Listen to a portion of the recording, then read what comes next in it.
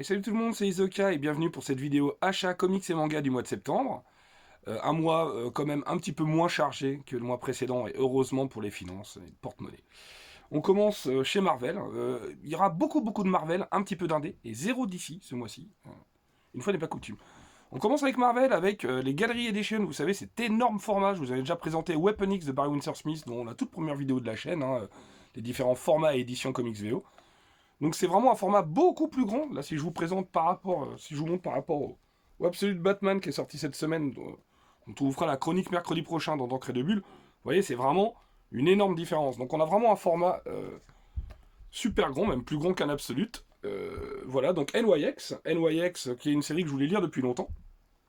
Donc ça comprend les épisodes 1 à 7 de NYX et NYX No Way Home 1 à 6. Donc vous avez particulièrement Joe Quesada au scénario, mais vous avez également du Josh Middleton au dessin ou du Robert Teranishi pour la première série NYX, puis ensuite du Marjorie Liu au scénario, puis du Kalman Andrasovski et du Sarah Pikeli au dessin. Vous avez également du Jean-François Beaulieu, la colorisation notamment des 4 premiers numéros, et oui, Jean-François Beaulieu que nous connaissons davantage pour sa colorisation dans les différents titres de Scotty Young en indépendant, notamment chez Image Comics. Et regardez-moi ça, c'est vraiment un énorme format, je suis obligé de bien reculer pour bien vous montrer. Et du coup, forcément, les splashs ou les doubles splashs fonctionnent hyper bien. Donc voilà, on a vraiment quelque chose qui m'intrigue, que j'ai jamais lu, que j'ai très envie de lire. Je crois que c'est la seule manière de le lire en VO, puisque les TPB sont épuisés. Je sais pas s'il existe un moyen de les lire en VF. Je crois qu'Adas avait dit qu'il avait réussi à mettre la main sur les kiosques. Donc ça doit être possible. Mais donc voilà, j'ai vraiment très hâte de me plonger là-dedans. Je sais pas du tout de quoi il est question. Je sais que sur la couverture, il y a écrit Parental Advisory Not for Kids. Donc a priori, voilà, ça va être pas mal de violence, j'imagine, parce que je crois très peu de scènes de sexe ou de nudité. Je ne crois pas trop, surtout dans les comics Marvel. C'est quand même assez rare. Et c'est pas forcément ce que je réclame, mais je dis juste qu'en général, quand vous avez une mise en garde pour dire que ce n'est pas pour les enfants, c'est plus pour des raisons a priori de scènes gore ou de scènes violentes. Voilà. Bon, cette fois, on n'a pas de NYX Red Band, comme ça peut être le cas avec les comics Marvel où vous payez $1 de plus, je crois. Si jamais vous avez une ou deux pages supplémentaires avec un petit peu plus d'hémoglobine. C'était le cas, je crois, pour Wolverine Revenge, je crois, de Hickman et Capullo. Qui était vraiment pas ouf, par ailleurs. Je sais pas si j'irai sur la suite. Donc voilà, bref, je vous montre un petit peu tout ça, ça m'intrigue. Ce que je vois, c'est vraiment hyper intéressant. Donc on est évidemment dans l'univers mutant, mais ça a l'air quand même assez différent. Donc je sais pas du tout à quoi m'attendre. Je crois que c'est une des premières apparitions, si ce n'est la première apparition de Laura Kinney, donc X23. Donc j'ai hâte de lire ça, et puis je vous ferai évidemment un retour quand je l'aurai lu dans l'appel du devoir ou autre chose. On enchaîne toujours avec Marvel. Cette fois, c'est un omnibus, c'est l'omnibus du mois. C'est Les Avengers de Kurt Busiek et Georges Pérez, le volume 2. Et parce que j'ai le volume 1 et également. Donc voilà, là vous avez une couverture, une couverture de Alan Davis, que je trouve très belle. Je crois que c'était la couverture variante de cet omnibus, j'ai un petit doute. Je crois que la première cover c'était une de Georges Pérez, mais voilà, j'ai voulu prendre celle d'Alan Davis. Alors que comprend cet omnibus? Il comprend les épisodes 24 à 56 de la série Avengers, l'épisode 1 et demi également, et les annuels 2000 à 2001, il y a également les épisodes Thunderbolts 42 à 44, il y a un petit crossover entre Thunderbolts et Avengers, les deux séries à ce moment-là scénarisées par Kurt Busiek. Vous avez également Maximum Security Dangerous Planet et Maximum Security 1 à 3, puis Avengers The Ultron Imperative. Donc voilà, moi c'est quelque chose que je voulais absolument, le run de Busiek et Perez sur les Avengers. On a attendu pas mal de temps, ce volume 2. Alors c'est des rééditions évidemment. Le volume 1, je l'avais chopé il y a déjà pas mal de temps. Donc je vous montre comme d'habitude l'omnibus sans la jaquette. Et on a une magnifique wraparound, comme je les aime. Alors attendez, avec mes gros doigts, j'essaie de faire autrement pour bien vous montrer la couverture. Voilà, c'est peut-être un peu mieux. Donc c'est très joli. Là, je crois que c'est du Georges Pérez. Comme souvent, de toute façon, quand vous avez un rassemblement de personnages, Georges Pérez adore faire ça. Donc dans cet omnibus, vous avez Kurt Busiek, Fabienne Nicieza, Roy Thomas, Roger Stern et Steven Gellert au scénario.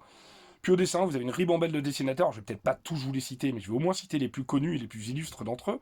Georges Pérez évidemment, Stuart Timonen, Norm Breyfogle, Mark Bagley, Jerry Ordway, John Romita Jr., Steve Epting, Alan Davis, Ivan Rice quand même, c'est pas rien. Donc, bah non, bah là, oui, si, il y en a plein d'autres. Il y a Kieran Dwyer, Brent Anderson, Yannick Paquette. Il y a même du Bruce Timm, du Paul Ryan, du Joe Paul Leon, du Paul Smith, du Jim Starlin, du Pat Olive et même du Klaus Johnson. Donc, il y a vraiment du beau monde. Bon, alors, c'est principalement du George Perez, mais vers la fin, effectivement, vous avez du Steve Epting, vous avez du Alan Davis, hein, vous avez pas mal de monde. Je vais essayer de vous montrer ça si je peux. Mais c'est vraiment, bah, moi, c'est quelque chose que j'ai très très très hâte de lire. Ça, je crois que c'est du Romita. Attendez, laissez-moi vérifier. Hop. Bon, ça ressemble à du Romita en tout cas. Alors, évidemment, je vais mettre 3 heures à trouver les crédits. Bah, je sais pas. Ah non, c'est du Jerry Ordway. Mais comme quoi, je peux me tromper. Donc là, c'est du Jerry Ordway, je crois que c'était du Romita. C'est vrai que c'est très joli en même temps. Je dis pas que ça ne pouvait pas être du Romita, mais bon. Voilà. Là, vous avez du Alan Davis. C'est beau aussi du Alan Davis, comme je vous montrais tout à l'heure sur la cover. Donc voilà, moi, c'est un run que j'ai envie de lire depuis très longtemps. Et j'ai très très hâte de me plonger dedans. Hop. Donc, les Avengers de Pusiek et Perez en 2 volumes. Ça, c'est pareil, hein, vraiment. Je sais pas quand est-ce que je vais trouver le temps de lire ça, mais j'ai envie de me plonger de ça et de lire les 2 omnibus en 2 semaines. Donc, écoutez, peut-être avec des vacances approchantes, j'en sais trop rien, mais en tout cas, vraiment, là, ce que je vois à chaque fois, les propositions, les compositions, ça me donne tellement envie. Je crois que ce run, je sais pas s'il est sorti en intégralité, mais je crois qu'il était sorti en Marvel Icons. Peut-être pas en intégralité, je crois pas. Vous aviez notamment le Avengers Forever, qui avait dans le premier omnibus que Busiek faisait avec Carlos Pacheco. Le regretté. Mais honnêtement, voilà. Donc, très très hâte de me plonger dans ce run-là. Les Avengers de Busiek et Perez. On fait un petit détour, on va vers l'indépendant pour rester sur les hardcovers. Il y a quelque chose qui sortait chez Image Comics qui m'intriguait énormément. Donc ça s'appelle The Department of Truth, The Complete Conspiracy Wild Fictions. Parce que The Complete Conspiracy, c'est tout simplement la version deluxe de Department of Truth. Moi, j'ai opté plutôt pour les TPB.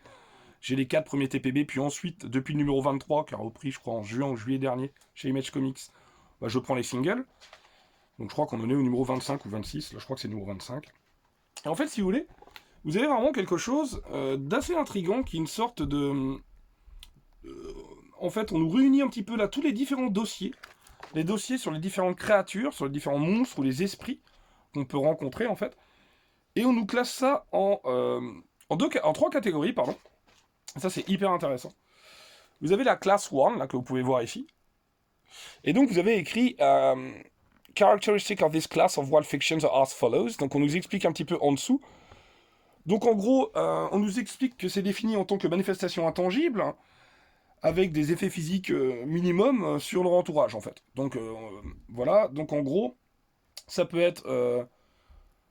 comment dire, le fait de hanter quelqu'un, des fantômes, donc des poltergeists, des fées, des possessions démoniaques, c'est un petit peu tout ça, et a priori, la plupart de ces encontres-là, c'est surtout des phénomènes audio-visuels, et du coup l'intervention du département n'est pas nécessaire. Et c'est ça que vous allez avoir vraiment une classification en fait, hein, de différents monstres ou de créatures, par exemple là dans les démons, vous avez une illustration à chaque fois. Là, par exemple, c'est Kent Williams. Hein, vous avez une illustration, puis vous avez tout un texte, hein, une explication sur un petit peu le contexte de rencontre de ce personnage. Donc c'est vraiment... vous avez vraiment beaucoup de lecture. Hein, c'est presque plus un documentaire que vraiment une bande dessinée. Hein. C'est pas une bande dessinée, c'est vraiment une sorte de dossier classé hein, sur les différentes créatures. Donc vous avez 2 catégories. Vous doutez bien que dans la catégorie 2, bah, c'est un petit peu plus costaud, hein, je peux vous les lire. La catégorie 2, hop, c'est celle-ci. Évidemment, on nous montre Roswell. Et en gros, bah, c'est ça, c'est intense, mais très très rapide, des rencontres avec des espèces de présences surnaturelles. Des aliens, des ovnis, des anges, voilà, pas mal de figures de mythiques et légendaires. Et pareil, a priori, il y a rarement besoin, c'est très rare hein, que le département de la vérité doive intervenir sur ce genre de créatures ou de rencontres. Donc voilà, si vous n'avez jamais lu Department of Truth, faites-vous ce plaisir. Je sais que Martin Simmons, quand on feuillete, on peut se dire que c'est Regardez, ça c'est énorme. Il y a quand même Elvis qui est là aussi. Forcément, et oui, Elvis n'est pas mort, vous le savez. Vous le savez, nous sachons. Donc voilà, c'est assez génial. Donc on arrive assez rapidement sur la catégorie 3, puisque c'est... je crois que c'est celle qui... Ah, vous avez même Krampus, hein, quand même. Et oui. Donc non, non, mais c'est vraiment cool. Donc la catégorie 3... regardez-moi ce Santa Claus, comme il est magnifique. Qui est-ce qui dessine ça? Ah bah c'est Bill Sienkiewicz. Voilà, on a un Père Noël de Bill Sienkiewicz, quand même magnifique. Et donc quand on arrive dans la catégorie 3, bon bah là c'est moins rigolo. Elle est là. Donc là, a priori, vous vous en doutez, c'est plutôt soit des espèces qui n'ont pas encore été découvertes, hein, donc des créatures qui existent dans leur espace naturel, des monstres qui ne sont pas plausibles d'un point de vue biologique, donc vraiment des choses telles que le Bigfoot, Mothman, c'est quoi ça, Mothman, je sais plus. Le diable du Jersey, il y a plein d'autres créatures comme ça, et là, effectivement, ce sont des rencontres très dangereuses, si ce n'est que vous pouvez tout simplement en perdre la vie.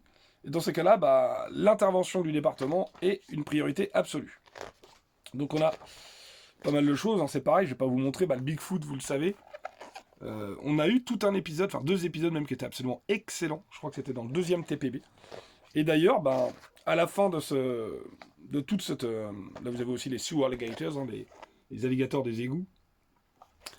Et à la fin, vous avez justement ces 2 numéros sur le Bigfoot. Alors il y a le Yeti, hein, c'est pas le même a priori. Donc, on va nous expliquer toutes ces nuances et toutes ces différences. Et donc je vous disais, à la fin, vous avez les 2 épisodes sur le Bigfoot, j'allais dire une réédition, non, mais voilà. On vous repropose les 2 épisodes sur le Bigfoot, hein, qui sont vraiment d'excellents épisodes, avec cette correspondance de cet homme qui devient progressivement fou, qui est en train de perdre tout, hein, qui est en train de perdre pied avec la réalité, qui est en train de perdre tous les membres de sa famille, qui essaie de garder le lien avec son fils en disant « je ne suis pas fou, je t'assure ». C'est quelque chose qui existe, que j'ai vu, etc. Et là, forcément, le département de la vérité va devoir intervenir.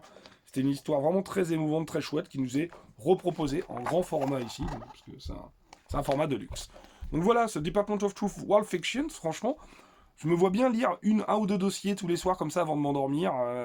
C'est super bien écrit, c'est très intriguant, et vraiment, on nous montre un petit peu cet ancrage vers cette réalité folle. Donc franchement, Department of Truth, une des meilleures séries indé de ces dernières années, foncez. Et vraiment, j'espère que ça va sortir en France, ça, je sais pas trop. Mais franchement, je trouve que c'est plutôt une chouette initiative, quoi. Voilà. On continue, donc, pardon pour ces petits écarts, on revient très rapidement chez Marvel. Chez Marvel avec les derniers TPB de Krakoa, figurez-vous. Il y en a combien? 5 là? J'en ai 5 à vous présenter. Ouais, j'en ai 5, sachant que, je vais vous expliquer. Donc d'abord, je vous présente forcément les X-Men de Gerry Duggan. Donc là, vous avez, c'est le volume 6, c'est le dernier volume, c'est les épisodes 30 à 34. Donc voilà, toujours Gerry Duggan au scénario, vous avez du Phil Noto au dessin pour le numéro 30 à 32, puis de Joshua Cassara pour le numéro 33 à 34. Phil Noto qui se colorise lui-même, et sinon vous avez du Romulo Fajardo Jr. qui fait la colo de Joshua Cassara. Donc Phil Noto, c'est spécial, voilà, il avait déjà dessiné sur Cable, hein, la première série Cable, scénarisée déjà par Gerry Duggan, je crois, si je dis pas de bêtises. Donc là, on est évidemment dans Fall of X, hein, on continue, c'est vraiment les derniers numéros d'X-Men, sont les derniers numéros, je vais vous en reparler après. Donc c'est vrai que moi je suis très à la bourre, hein, j'ai lu que les 12 premiers numéros des X-Men de Duggan, que j'avais trouvé vraiment très chouette, une série blockbuster très sympa. Et cette série compte au total 35 numéros, donc là vous avez jusqu'au 34, donc vous allez me dire, mais où est le 35? Bonne question. Je ne sais pas s'il est prévu un autre TPB dans lequel figurera le 35, mais je ne sais pas du tout comment ils font en TPB, puisque vous allez voir, je pensais avoir toute l'air Krakoa en TPB, en fait il va y avoir quelques petites exceptions, puisque après un moment j'en avais marre d'attendre et j'ai pris les singles pour certaines autres séries. Donc voilà, je vous présente quelques planches ici. On voit bien qu'ici, de toute façon Iron Man, Gerry Duggan scénarise également la série Invincible Iron Man. On attend d'ailleurs le 3e TPB courant octobre, je crois, si je dis pas de bêtises. Ça c'est le Joshua Cassara, on voit la différence et c'est super beau. Je dis pas que Phil Noto ne l'était pas, mais là on voit quand même une petite différence, je trouve. Donc j'ai vraiment hâte de découvrir ces épisodes et de finir un petit peu les X-Men de cette ère Krakoa de Gerry Duggan. Donc là on a jusqu'au 34. On va dire que j'ai été bien inspiré de prendre le 35 Parce que j'avais pris le 35 en single. D'ailleurs, attention, l'instant ASMR, désolé.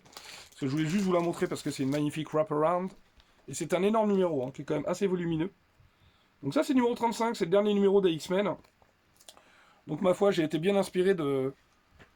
de le prendre en single. Donc voilà, vous avez l'épisode 35 qui est quand même assez volumineux. Et que voilà, la couverture, je la trouve vraiment très chouette. Oui, il y a quelques séries que j'ai pas prises en TPB, mais je vous les présenterai ensuite. Donc, qu'est-ce que j'ai pris d'autre en TPB? J'ai pris également Dead X-Men. Je vous ai présenté Dark X-Men, et cette fois vous avez Dead X-Men. Alors, Dead X-Men, c'est qui? C'est toujours, je crois, Steve Fox au scénario. Je crois que c'est déjà lui qui avait fait les Dead X-Men. Il y a également, Steve Fox au scénario. Au dessin, vous avez Bernard Chiang sur les 4 premiers numéros. Vous avez un petit peu de Vincenzo Caratu, du Jonas Scharf, du Peter Nguyen, du Guillermo Sana, mais qu'est-ce que c'est que ça? Du David Baldeón, du Lin Yoshi et du Javier Pina. On a tout ça comme dessinateur pour 4 épisodes. Bon, d'accord. C'est un peu surprenant. Alors je vous avoue que les Dead X-Men, je sais pas du tout qui c'est. Voilà, tout simplement, j'en sais rien. Bah tiens, on peut regarder un peu la cover. Il a l'air d'avoir du Jubilee, il a l'air d'avoir du Frenzy. Comment il s'appelle lui déjà? Je sais même plus. Du Rocket peut-être, enfin, je sais plus trop. Si vous les identifiez, n'hésitez pas à me le dire dans les commentaires. Parce que là, je vous avoue, c'est un petit peu des X-Men de second rang ou de seconde zone. Et puis je les ai plus trop en tête. Donc on verra, écoutez, encore un TPB craquant. Là, je sais pas trop quoi en dire des Dead X-Men.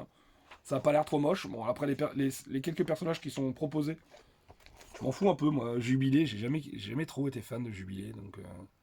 Donc on verra. Donc on verra Dead X-Men. Ensuite, qu'est-ce qu'on a d'autre?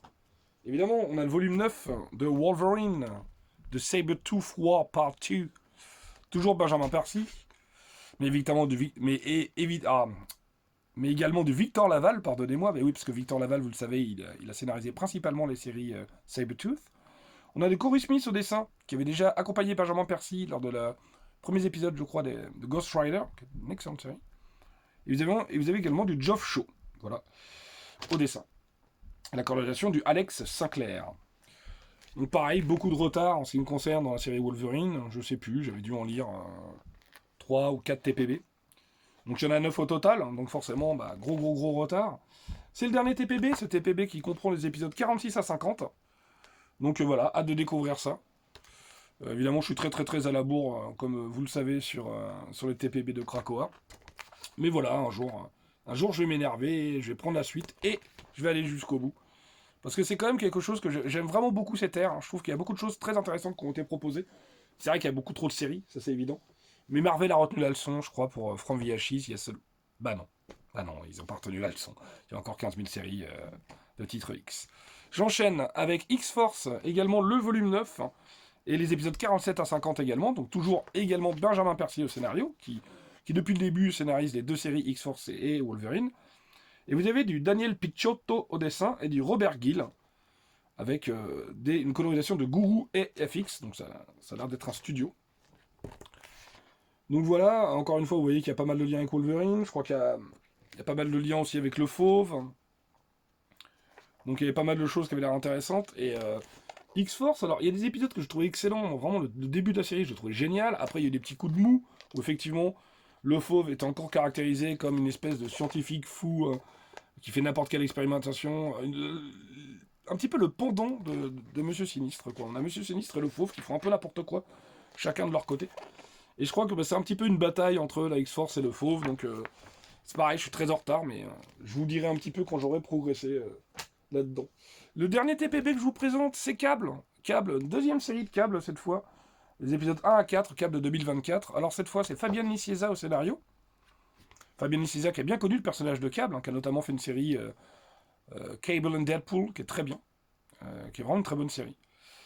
Donc là, oui, effectivement, il fait le scénario, c'est Scott Eaton et Lan Medina au dessin, donc effectivement, mais c'est quelle année là? Parce que Nicieza et Scott Eaton ou Lan Medina, c'est quand même il y a quelques années. Bah ouais, Fabien Nicieza, vous savez qu'il a travaillé sur les X-Men, forcément, c'est celui qui a pris un petit peu tout le travail avec Scott Lobdell qui mène jusqu'à l'ère d'Apocalypse, un petit peu, après les X-Men de Jim Lee. Et voilà, et c'était une période très sympa, avec pas mal de crossover par contre, des X-Men, mais c'était un petit peu la mode. Walala, regardez-moi cette association Cable jeune et Cable badass, le adulte classique, quoi. On a vu cette première série de cas de Jay Duggan que j'avais trouvé plutôt sympathique, pas extraordinaire, plutôt sympathique, qui était, je crois, en 12 numéros. Et là, on a une deuxième mini. La cover est moche. Hein. Je viens de réaliser, elle est vraiment pas très belle. Et on a cette deuxième mini en 4 épisodes seulement, donc ma foi. Pourquoi pas. Voilà pour les TPB de Krakoa. Et comme je vous l'avais dit rapidement, je voulais vous en parler, mais je vais pas prendre trop de temps non plus. Pour les autres séries, donc forcément, j'ai tous les Rise of the Powers of X et Fall of the House of X. Forcément. Donc vous avez tout ça en single, décidément. Donc j'ai tous les singles à vous présenter ici. Voilà. Donc ça, j'y suis pas là en TPB. Voilà. Donc j'ai les 5 numéros de chaque série. J'ai ensuite la résurrection d'un personnage. Voilà, rapidement. Hop, en 4 numéros, je crois, je sais plus. Pareil, ça aurait pu être un TPB, mais j'ai pris les singles. Oui, c'est ça, c'est 4 numéros. Et ensuite, X-Men Forever en 4, qui est la suite de Immortal X-Men, de Kieran Gillen. Donc ça aussi, je l'ai TPB. Voilà, je vous montre. Hop, hop, et hop. Je vous montre parce que c'est les seuls TPB qui me manquent, mais j'ai décidé de les prendre en single. Ce qui me fait à peu près la totalité en fait des séries de l'ère Krakoa. Donc ça en fait énormément. Je crois qu'on arrive à 100 TPB ou presque. C'est un petit peu fou. Donc voilà pour les comics VO de ce mois-ci. Deux achats que je vais très peu vous montrer en VF d'occasion. Les tomes 11 et 12 des intégrales d'Invincible. Ce qui me fait la totalité de la série. Là j'ai beaucoup trop peur de soit de vous spoiler ou de me faire spoiler pour vous montrer les intérieurs. Donc en tout cas, je suis content, ça y est, la série est complète. Donc je vais pouvoir la lire d'une traite, parce que je pense que c'est ce que je vais faire. Je vais probablement lire les 12 intégrales d'affilée. Je sais pas encore si j'irai sur les autres intégrales, les Gardiens du Globe, Brit, Tech Jacket, tout ça, je sais pas trop. Je crois que a priori, je vais me cantonner à ces intégrales-là.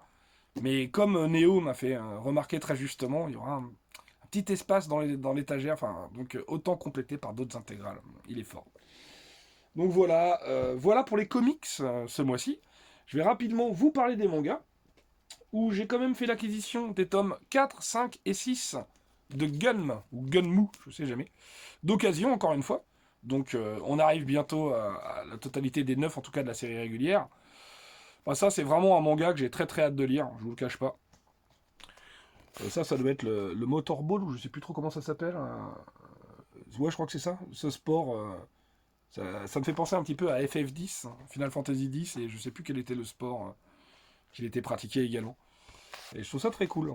En tout cas, voilà, ça j'ai très très hâte de m'y plonger. J'en parlerai très très certainement un moment ou un autre dans l'année ou l'année prochaine dans un manga rétro saucisse congelé sur la chaîne Manga Saucisse. Allez vous abonner évidemment si ce n'est pas déjà le cas. Donc voilà, les tomes 4, 5 et 6. Donc il me restera plus que les tomes 7, 8 et 9 à me procurer. Donc c'est cool. Donc voilà, ça j'ai vraiment très très hâte de me plonger dedans. Voilà, vu ce que tout le monde en dit, même si a priori la seule chose qui peut chagriner un petit peu, c'est que les différentes suites seraient pas à la hauteur du manga. A priori, selon la majorité des lecteurs, des aficionados de Gun, mais certains disent que ça vaut tout autant le coup et qui ont tout lu. Donc franchement, je suis très intrigué. J'ai aussi acheté le tome 1 de One Operation Joker, que j'ai lu également, et dont on a parlé avec Néo dans le Saturday Night Geek Live sur la chaîne de Joli Nico. C'est pas bien, voilà, c'est pas bien. Moi, ça m'a pas plu du tout, c'est pas bien. Je n'ai pas du tout aimé, j'ai trouvé que c'était plutôt bien dessiné, mais que ça ne racontait absolument rien. C'est-à-dire qu'en gros, je vous conseille largement plutôt de prendre le guide du mauvais père de Guy Delisle, parce qu'en gros, qu'est-ce que ça nous raconte ? Ça nous raconte juste en fait les difficultés paternelles au quotidien. Sauf que c'est le Joker. Vous comprenez tout le comique et tout le côté décalé de la situation. Il sort un couteau face à un bébé. Mais en fait c'est pour ouvrir un paquet de couches. On nous explique qu'en fait ce bébé il veut absolument en prendre soin puisque c'est le bébé. C'est bébé Bruce qui deviendra Batman, et Joker selon lui, sans Batman pas de Joker. Donc, et il veut absolument lui prouver à quel point sa quête est un échec dès le départ, la quête de Batman. Donc voilà, pour moi, j'ai trouvé ça assez affligeant. J'ai trouvé que chaque chapitre après chapitre, c'était pénible. Il est évident que je vais revendre ce tome et que j'irai pas j'irai pas dire la suite, c'est clair et net, je trouve que c'était vraiment pas bon. C'est-à-dire que c'est vraiment des problématiques de papa, c'est-à-dire oh mais c'est retourné, enfin mais oh il a attrapé mon doigt, oh mais oui je trouve pas de place en crèche, vous vous rendez compte, c'est incroyable, comment je vais faire moi? Donc en fait si vous voulez c'est un petit peu quand au boulot vous avez à la pause du midi ces mamans entre elles ou ces papas entre eux qui racontent leurs histoires de parentales dont vous vous foutez complètement, ils n'avaient qu'une envie, c'est de vous barrer le plus loin possible. Bah, c'est un petit peu ça. Voilà, c'est ça, One Operation Joker. Attention, moi j'ai 2 enfants, j'aime énormément les enfants, mais c'est des choses qui, voilà, qui relèvent de l'intime, qui relèvent des petits moments précieux que vous avez entre parents et enfants. Raconter en manga, c'est nul. Et c'est pas parce que c'est le Joker que ça devient drôle en fait. Donc vraiment pour moi, je suis passé complètement à côté. Je trouve que c'est vraiment, c'est pas bien exécuté, mais encore une fois c'est mon avis, donc clairement ça passe à la revente. Si vous ça vous a plu, bah franchement tant mieux, hein, c'est ce qu'on disait, hein, on n'est pas là pour juger le goût des autres, on est là pour prendre plaisir dans la lecture et en parler. Moi j'ai pas pris plaisir, mais j'en parle quand même. Mais voilà, tout ça pour dire que honnêtement, moi je j'ai pas aimé ce manga. Ensuite, je vous présente Kaiju numéro 8, le tome 12. Alors ça je suis un petit peu en retard, j'ai lu les 10 premiers tomes, mais j'ai pas lu les 2 derniers, 11 et 12. Moi, c'est un manga que je trouve très sympathique. C'est un no-brainer manga. En gros, vous déposez votre cerveau, vous lisez, puis vous passez un bon petit moment. Même s'il il est plus subtil que ça en a l'air. Hein. Moi, je trouve que rien que l'échelle de magnitude des kaijus, comparé un petit peu au tremblement de terre, je trouve que c'est plutôt brillant, surtout de la part d'un pays qui sait de quoi il parle quand même. C'est un pays, le Japon, qui est très régulièrement sujet au tremblement de terre. Donc, vraiment, l'échelle de magnitude du kaiju pour indiquer sa puissance, sa force, le fait de récupérer des parties des kaijus pour en faire des armes, je trouve que c'est assez génial. En plus, dès le tome 8, il y a quand même un beau revirement de situation qui... On pouvait voir un moment que peut-être que ça traînait un petit peu. Et je trouve que le tome 8 réapporte pas mal de nouveautés et pas mal de fraîcheur dans le manga. C'est des personnages que j'aime bien, c'est des situations que j'aime bien. Voilà, c'est pas le manga du siècle, mais franchement, c'est un manga que je trouve très agréable à suivre. Hein. Voilà, gros bémol évidemment, bah, les dos qui ont changé depuis qu'ils ont changé de logo.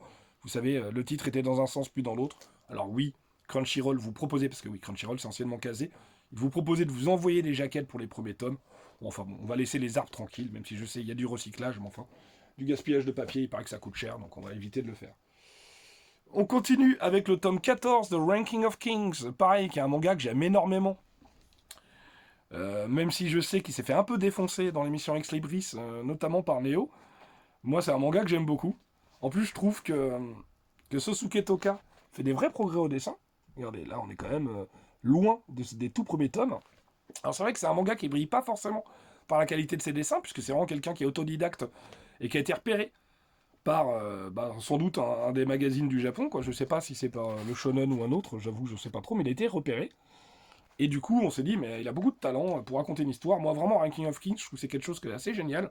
Dès le premier tome, il y a un retournement de situation qui est assez fort par rapport au roi boss, à comment il a acquis sa force, et voir les conséquences d'une certaine décision, d'un certain pacte qu'il aurait fait.